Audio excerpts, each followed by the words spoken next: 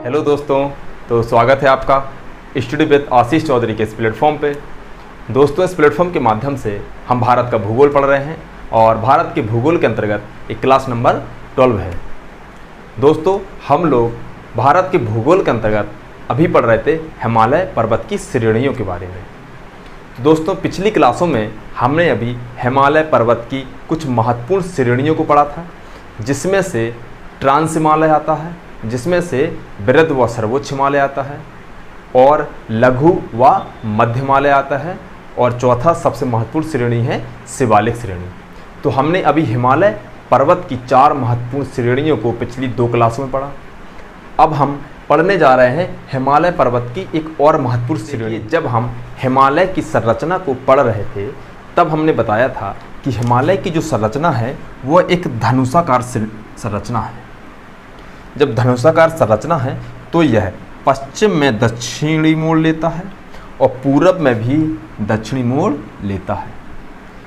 पश्चिम की दक्षिणी मोड़ पाकिस्तान में चली जाती है, जो कि वहाँ पर श्रेणियों का निर्माण करती है, और पूर्वी मोड़ भी 2 भागों में बंट जाती है। पहली म्यांमार में चली जाती है, जिसे हम अराकान योमा के नाम से जानते हैं, और दूसरी मोड़ वह इंडिया में रहती है, जो कि बीच बीच में गैफनुमा है। गैफनुमा के मतलब है कि इसकी जो संरचना है वह एक पहाड़ी आती है, फिर गैफ आएगा, फिर पहाड़ी आएगी, फिर गैफ आएगा। इस तरह से गैफ के बाद पहाड़ियाँ मिलती रहती हैं। तो अब हम इस क्लास में हिमालय के द्वारा निर्मित श्रृंखलाएँ जो कि पहाड़ी के रूप में है, इसको हम पढ़ने जा रहे हैं। यह पहाड़ी पेपर की दृष्टि से बहुत ही महत्वपूर्ण है, बल्कि जब हम हिमालय को पढ़ते हैं तो इस हिस्से को छोड़ देते हैं। तो देखिए, अब हम हिमालय की महत्वपूर्ण पूर्वी पहाड़ी व पूर्वांचल की पहाड़ियों को पढ़ रहे हैं। तो देखिए, पहला है पूर्वी पहाड़ियाँ व पूर्वांचल। तो सबसे पहले हम भारत के मैप को देखेंगे, और भारत के मैप में यह पूर्वी हिस्सा है। यह पूर्वी हिस्सा है। पूर्वी हिस्से में पाए जाने वाले राज्यों को हम देखेंगे। देखिए, जैसा कि यह पूर्वी हिस्सा है, पूर्वी हिस्से में 7 सिस्टर्स स्टेट के नाम से हम इनको जानते हैं। पूर्वी हिस्से में पाए जाने वाले 7 राज्यों को हम 7 बहन प्रदेशों के नाम से जानते हैं।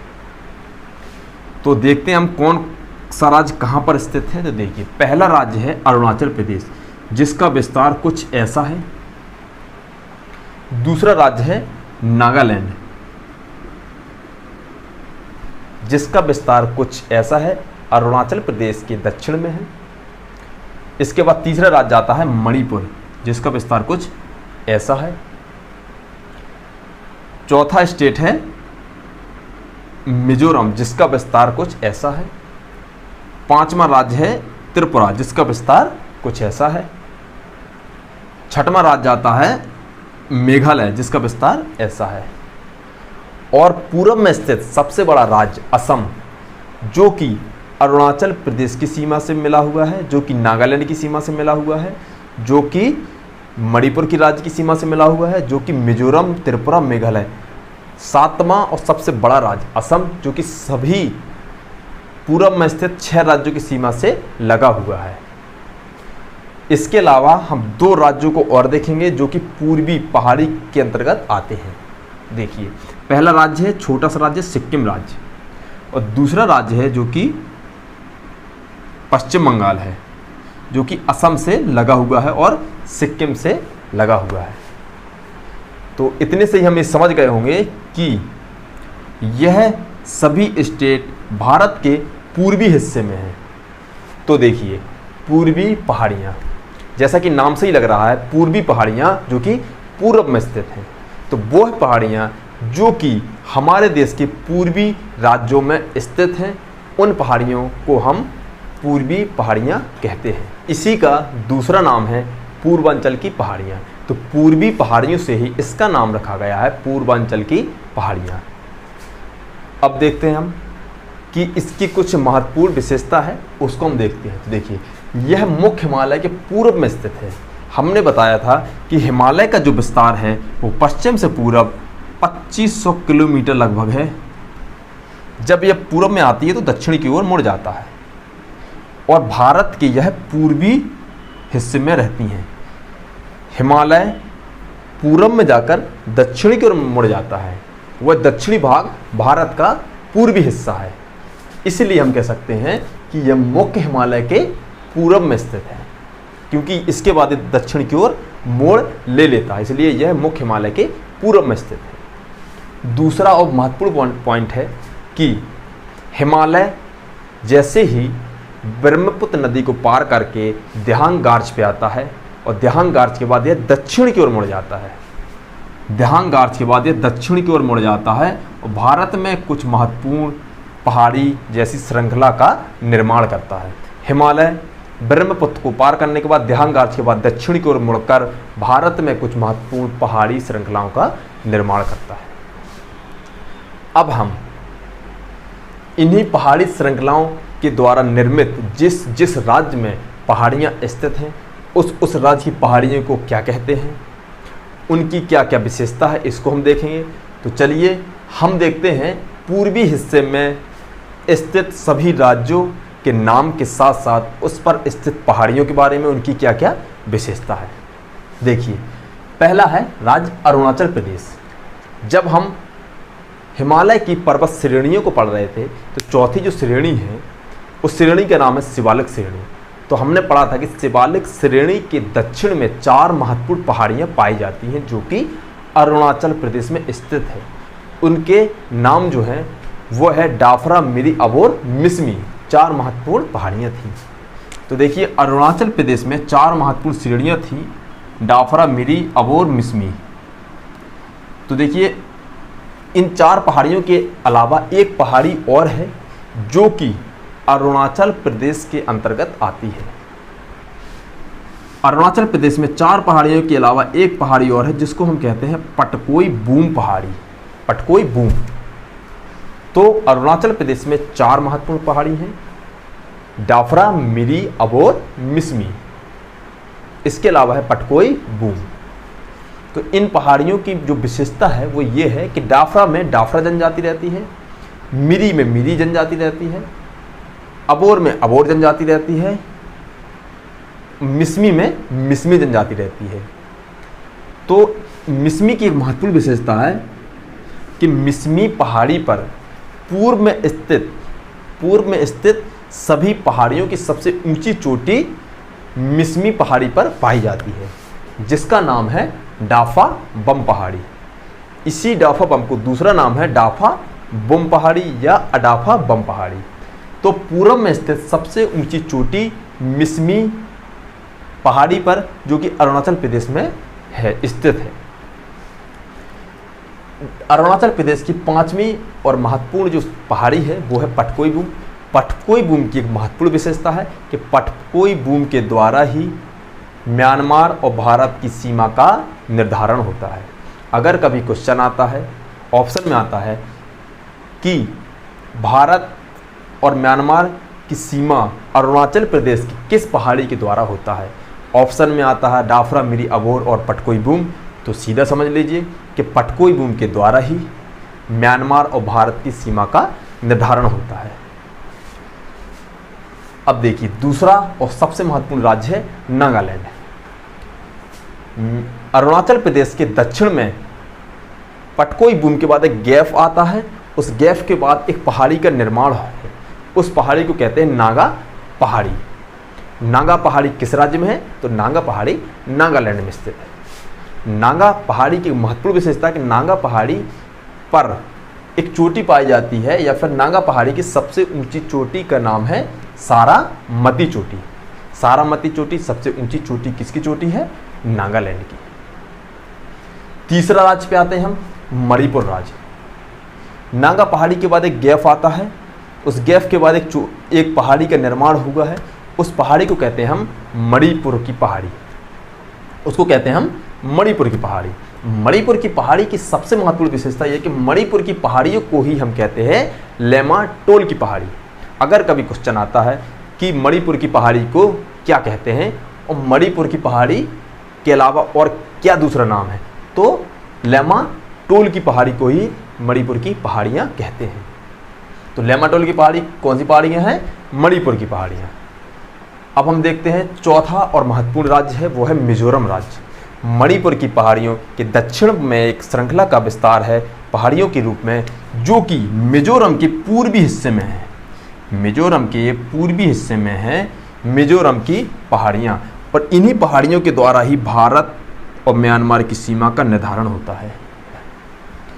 मिजो पहाड़ियों की सबसे महत्वपूर्ण विशेषता है कि मिजो पहाड़ी को ही हम कहते हैं लोसाई हिल। क्यों कहते हैं लोसाई हिल? क्योंकि मिजोरम की पहाड़ियों पर एक जनजाति रहती है, उसको हम कहते हैं लोसाई जनजाति, इसीलिए इस पहाड़ी को हम लोसाई पहाड़ी भी कहते हैं। इस पहाड़ी की एक और महत्वपूर्ण विशेषता है कि इस पहाड़ी पर बिलू माउंटेन नामक चोटी पाई जाती है। तो बिलू माउंटेन कहाँ पाई जाती है? तो बिलू माउंटेन मिजो पहाड़ियों पर पाई जाती है। अगर कभी क्वेश्चन आता है कि बिलू माउंटेन मिजो पहाड़ी के अलावा कोई दूसरा ऑप्शन है, तो उसका है लोसाई पहाड़ी या फिर लोसाई हिल। तो लोसाई हिल पर बिलू माउंटेन पाया जाता है या फिर मिजो पहाड़ी पर बिलू माउंटेन पाया जाता है। क्यों? क्योंकि मिजो पहाड़ियों को ही लोसाई पहाड़ी कहते हैं। लोसाई क्या है? एक जनजाति है। देखिए, बिलू माउंटेन का ही दूसरा नाम है फोंगपुई। बिलू नीला पर्वत का दूसरा नाम है फोंगपुई। अगर कभी आता है कि मिजो पहाड़ी पर सबसे ऊंची चोटी कौन सी है और बिलू माउंटेन ऑप्शन में नहीं है, ऑप्शन में है फोंगपुई, तो फोंगपुई एक सबसे ऊंची चोटी है जो कि मिजो पहाड़ियों पर पाई जाती है। अब हम देखते हैं पांचवा राज्य, त्रिपुरा राज्य। त्रिपुरा राज्य या फिर त्रिपुरा पहाड़ियाँ मिजो पहाड़ियों के पश्चिम में पाई जाती है। वह त्रिपुरा राज्य में है और त्रिपुरा पहाड़ियाँ कहते हैं इसे। त्रिपुरा पहाड़ियों की महत्वपूर्ण विशेषता यह है कि त्रिपुरा पहाड़ियों को बांग्लादेश 3 हिस्सों से घेरे हुए है। अगर कभी क्वेश्चन आता है कि 3 हिस्सों से कौन सी पहाड़ियाँ बांग्लादेश घेरती है, तो बांग्लादेश त्रिपुरा की पहाड़ियों को 3 हिस्सों से घेरती है। देखिए, त्रिपुरा की पहाड़ियों के बाद हम आते हैं मेघालय पर। मेघालय, देखिए, मेघालय की एक महत्वपूर्ण विशेषता ये है कि मेघालय पर पाई जाने वाली चट्टानें पूर्वी हिस्सों में पाई जाने वाली पहाड़ियों की चट्टानों से अलग हैं। तो सीधे समझिए कि मेघालय की पहाड़ियों पर पाई जाने वाली चट्टानों की जो प्रकृति है, जो नेचर है, वह अलग है अरुणाचल प्रदेश, नागालैंड, मणिपुर, मिजोरम, त्रिपुरा की चट्टानों से। क्यों है? तो देखिए, इसका भी एक छोटा सा रीजन है। जब हम भारत की प्रायद्वीपीय को पढ़ेंगे तो भारत का प्रायद्वीपीय का हिस्सा जो है वो है इतना है। माना जाता है कि भारत का मुख्य प्रायद्वीप का जो हिस्सा है वो इतना ना होके पहले ऐसा हुआ करता था। ये छोटा नागपुर का पठार है। छोटा नागपुर के पठार में उत्तर में है राजमहल की पहाड़ियाँ। तो राजमहल की पहाड़ियों के बाद पश्चिम बंगाल होता है। इसके बाद यह एक बड़ा सा गैप बन गया है। वर्तमान में ये बहुत बड़ा गैप है। यहाँ पर है 3 श्रेणियाँ, यहाँ पर है 3 पहाड़ियाँ जो कि मेघालय राज्य पे स्थित है। अब ये पहाड़ियाँ हैं और यहाँ पर भी पहाड़ियाँ हैं। यहाँ पर गैप कैसे हो गया? तो इस गैप को हम समझते हैं। गंगा और ब्रह्मपुत्र 2 भारत की बहुत बड़ी बड़ी नदियाँ हैं। इन नदियों को जो पानी है वो बहुत बड़ी मात्रा में है। तो हजारों लाखों वर्ष से यह नदियाँ यहाँ से बह रही हैं और गंगा नदी यहाँ से बह रही है। तो जब गंगा और ब्रह्मपुत्र नदी यहाँ से बह रही है तो यहाँ पर पहले क्या था? बहुत बड़ा पठारनुमा पहाड़ियाँ थीं। पहले यहाँ पर बहुत बड़ा पहाड़ था या फिर पठार था या फिर पहाड़ियाँ थीं। तो जब ब्रह्मपुत्र और गंगा नदी का पानी यहाँ आया तो इन्होंने यहाँ पर अपरदन करना शुरू कर दिया और इस अपरदन हुए जो अवसाद हुए वह कहाँ? बांग्लादेश पर फैल गए। इसलिए बांग्लादेश एक बहुत बड़े मैदान का निर्माण करता है। इसीलिए बांग्लादेश में केवल मैदान ही मैदान है। बांग्लादेश में नदियाँ और मैदान के अलावा कुछ नहीं है। यहाँ पर ना तो कोई पहाड़ है ना कोई पठार है बड़ा, केवल मैदान ही मैदान है। इसलिए बांग्लादेश में खेती बहुत अच्छी होती है। क्यों? क्योंकि जो ये पहाड़ियाँ थी, इस पहाड़ियों को तोड़ के इसके अवसादों को पूरे बांग्लादेश में फैला दिया गया और एक बहुत बड़े मैदान का निर्माण हुआ। इसलिए यह गैप बन गया। इसी गैप को कहते हैं हम मालदा गैप, इसी को कहते हैं राजमहल गैप। इसी गैप के पूरब में जाते हैं तो 3 महत्वपूर्ण पहाड़ियों का निर्माण हुआ। 3 महत्वपूर्ण पहाड़ियों का निर्माण हुआ जो कि मेघालय राज्य में है। पहली और सबसे महत्वपूर्ण है गारो पहाड़ी, दूसरी खासी, तीसरी जैंतिया। तो मेघालय में 3 महत्वपूर्ण पहाड़ियाँ हैं, गारो, खासी, जैंतिया। 3 पहाड़ियों में सबसे महत्वपूर्ण जो पहाड़ी है वो है खासी पहाड़ी। खासी पहाड़ी इसलिए सबसे महत्वपूर्ण है क्योंकि खासी पहाड़ी की जो संरचना है वो बहुत ही महत्वपूर्ण है, क्योंकि विश्व की सर्वाधिक बारिश होने वाली जगहों पर इसका नाम आता है। तो खासी पहाड़ी जो है, कभी कभी क्वेश्चन आता है कि विश्व की सबसे अधिक बारिश किस जगह होती है। तो विश्व की सर्वाधिक बारिश चेरापूंजी, मासेमराम 2 जगह मानी जाती है। तो सर्वाधिक जो बारिश होती है वो चेरापूंजी में होती है। तो कभी क्वेश्चन आता है कि चेरापूंजी किस पहाड़ी पर स्थित है। तो चेरापूंजी खासी पहाड़ी पर स्थित है। अगर कभी क्वेश्चन आता है या फिर कोई बताता है कि चेरापूंजी जैंतिया पहाड़ी पर स्थित है, तो ये बिल्कुल गलत है, क्योंकि इनकी जो स्थिति है वो कुछ ऐसी है। ये गारो है, ये खासी है, ये जैंतिया है और यहाँ पर चेरापूंजी है। इसलिए कभी कभी कोई कहता है कि जैंतिया पहाड़ी के दक्षिण में है। तो खासी जो है, खासी पहाड़ियों पर शिलोंग राजधानी है इसकी, मेघालय की, और शिलोंग से लगभग 50-55 किलोमीटर दक्षिण में चेरापूंजी एक शहर है, कस्बा है, जहाँ पर विश्व की सर्वाधिक बारिश होती है। देखिए, चेरापूंजी के बारे में हम एक और महत्वपूर्ण चीज़ देखते हैं कि चेरापूंजी का नाम पूरे विश्व में फेमस है। इसी चेरापूंजी का नाम परिवर्तन कर दिया गया है। तो ये एक नया अपडेट है। इस नए अपडेट को देखते हैं कि चेरापूंजी का जो नया नाम है वो है सोहरा। अगर कभी क्वेश्चन आता है कि विश्व में सर्वाधिक कहाँ बारिश होती है और ऑप्शन में सोहरा है, तो आप मान लीजिए कि ये चेरापूंजी है। तो चेरापूंजी का स्थानीय नाम व आधिकारिक नाम अब सोहरा हो गया। अब हम देखते हैं नए राज्य की ओर। असम पूर्वी राज्यों में स्थित सबसे बड़ा और सबसे महत्वपूर्ण राज्य है। असम में ही सर्वाधिक खेती की जाती है। पूर्व राज्यों में स्थित असम में सर्वाधिक खेती की जाती है। क्यों? क्योंकि यहाँ पर पानी का जो वो है या फिर यहाँ पर जो मैदान है बहुत ही अधिक है किसकी अपेक्षा और राज्यों की अपेक्षा। अब हम देखते हैं असम राज्य में स्थित कुछ छोटी छोटी पहाड़ियाँ। देखिए, असम राज्य में 2 सबसे महत्वपूर्ण पहाड़ियाँ हैं। पहली है मिकिर, दूसरी है रेंगमा। अभी आप मैप के माध्यम से देख रहे होंगे, ये मिकिर है और ये रेंगमा है। तो देखिए इधर, ये है मिकिर और ये है रेंगमा। तो इसको याद करने का तरीका है कि मिकिर और रेंगमा। मिकिर के दक्षिण में भारत का पूर्व में स्थित सबसे महत्वपूर्ण राष्ट्रीय पार्क काजीरंगा राष्ट्रीय पार्क आता है। तो मिकिर के दक्षिण में काजीरंगा राष्ट्रीय पार्क है और रेंगमा के उत्तर में काजीरंगा राष्ट्रीय पार्क है। तो सीधा समझिए कि मिकिर रेंगमा के बीच में काजीरंगा राष्ट्रीय पार्क स्थित है। इसलिए जब ब्रह्मपुत्र नदी में बाढ़ आती है तो मिकिर रेंगमा पहाड़ी के द्वारा इसकी जो जल की जो क्षमता होती है वो यहीं भर जाता है। इसलिए कभी कभी क्या होता है कि काजीरंगा राष्ट्रीय पार्क 95% तक पानी से भरा रहता है। कभी कभी इन पहाड़ियों की वजह से ही काजीरंगा राष्ट्रीय पार्क 90 से 95% पानी ही पानी से भर जाता है। इसलिए काजीरंगा में हर साल ब्रह्मपुत्र के द्वारा आने वाली बाढ़ों से दिक्कत होती है वहाँ के जानवरों को।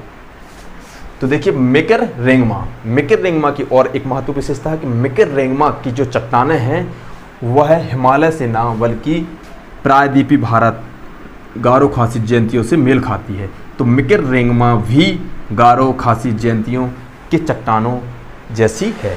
तो मिकिर रेंगमा की चट्टानें कैसी हैं? मिकिर रेंगमा जो चट्टानें हैं वो गारो खासी जयंतिया या फिर प्रायद्वीपीय भारत से मेल खाती है। इसी के चलते असम राज्य में एक और महत्वपूर्ण पहाड़ी है जिसको कहते हैं हम बरेल पहाड़ी या फिर बराइल पहाड़ी।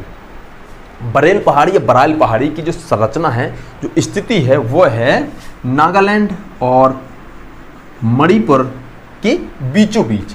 तो माना जाता है कि बराइल पहाड़ी या फिर बरेल पहाड़ी के द्वारा ही नागालैंड और मणिपुर की सीमा का निर्धारण होता है। किसके द्वारा? बराइल पहाड़ी के द्वारा। तो बराइल पहाड़ी कहाँ पर है?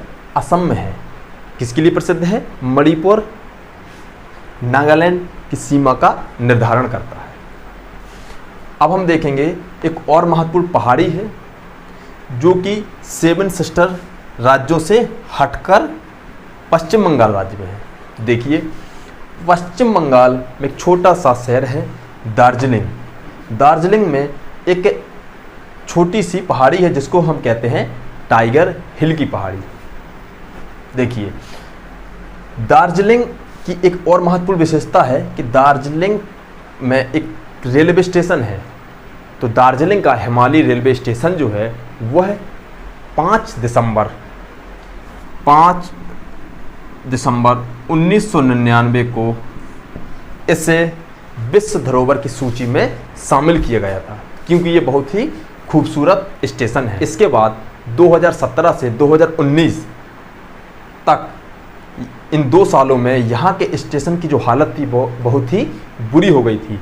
इस वजह से विश्व धरोहर संगठन ने इनको नोटिस भेजा कि आप अपने स्टेशन की हालत सही करिए, अन्यथा दार्जिलिंग जो स्टेशन है उसको विश्व धरोहर की सूची से हटा दिया जाएगा।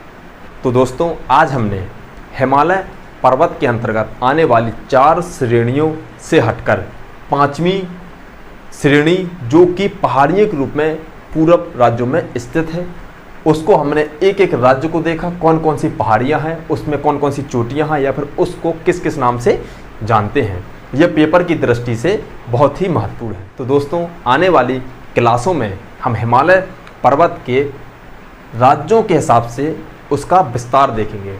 तो चलिए इस क्लास के साथ बने रहिए आगे। धन्यवाद।